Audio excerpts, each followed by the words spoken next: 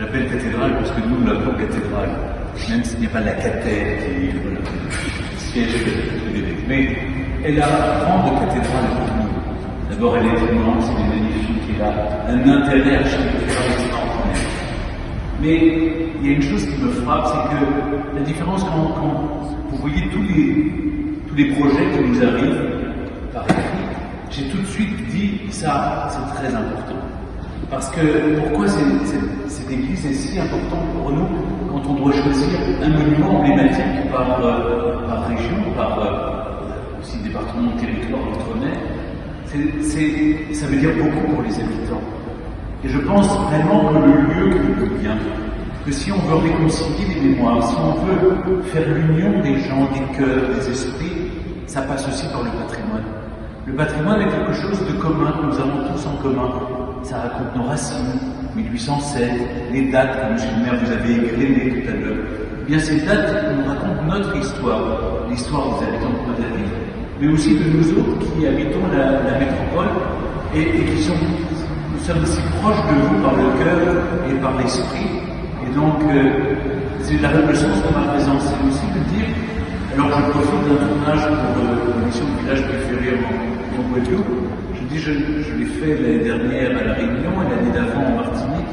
Pour moi, ce qui est important, c'est d'aller apporter un message auprès des habitants que voilà ce qu'on a fait avec l'argent du patrimoine, de l'auto du patrimoine, et voilà pourquoi moi je m'investis personnellement, c'est pour créer un lien affectif, et qu'ensemble, on sauve cette église.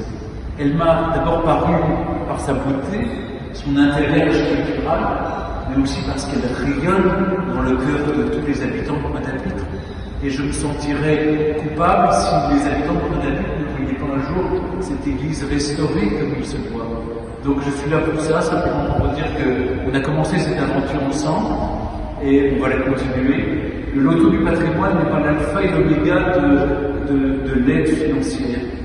Il faut savoir que grâce au loto, comme les gens ont vu tout ce qu'on a fait, 275 millions récoltés depuis 6 ans, 850 sites sauvés ou en train de l'être.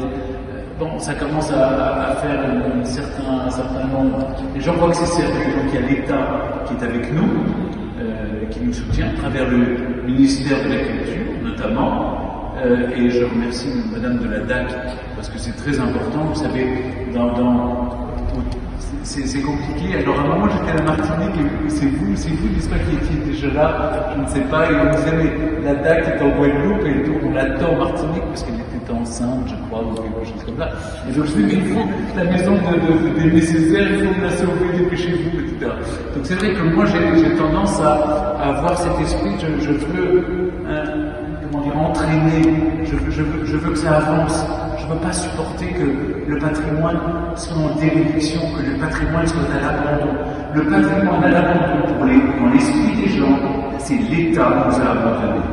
Même si ce patrimoine n'appartient pas à l'État.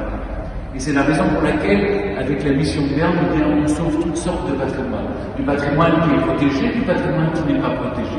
Du patrimoine qui appartient à des collectivités territoriales et du patrimoine qui appartient à des maisons privées. Et je vais tout à l'heure à la soutenance chez Simone Schwarzbach parce que pour moi c'est important. J'ai eu la chance de la rencontrer à l'Élysée quand on a fait une journée autour du patrimoine et je lui ai promis de venir, je peux le dire en fin d'après-midi. C'est ça le patrimoine, c'est ce qui nous relie les uns aux autres, qui nous rend nos mémoires vivantes et présentes. C'est la raison pour laquelle je lance solennellement un appel. Je vois qu'il y a un certain nombre de maisons d'habitation historiques dans Pointe-à-Pitre qui méritent aussi d'être sauvées. N'hésitez pas à les inscrire sur le site www.missionberne.fr. J'ai besoin d'avoir de nouveaux sites parce que de toute façon, chaque année, il y aura un site emblématique en Guadeloupe et un site dans le maillage territorial en Guadeloupe. Donc l'un aura 500 000 €, l'autre jusqu'à 300 000 €. Donc c'est important, on va continuer, ça ne s'arrête pas. Quand je parlais que le loto du patrimoine n'est pas l'alpha et l'oméga, il y a l'État qui nous soutient. Il y a la générosité, parce que les gens voient que c'est important. Il y a la région, le département. Tout le monde met au niveau. Et avec la Fondation du patrimoine, on essaye de faire quelque chose de positif, c'est-à-dire de faire en sorte que tout le monde se sente concerné. J'espère que les touristes qui viendront voir les travaux en train d'être réalisés auront envie de souscrire et de participer.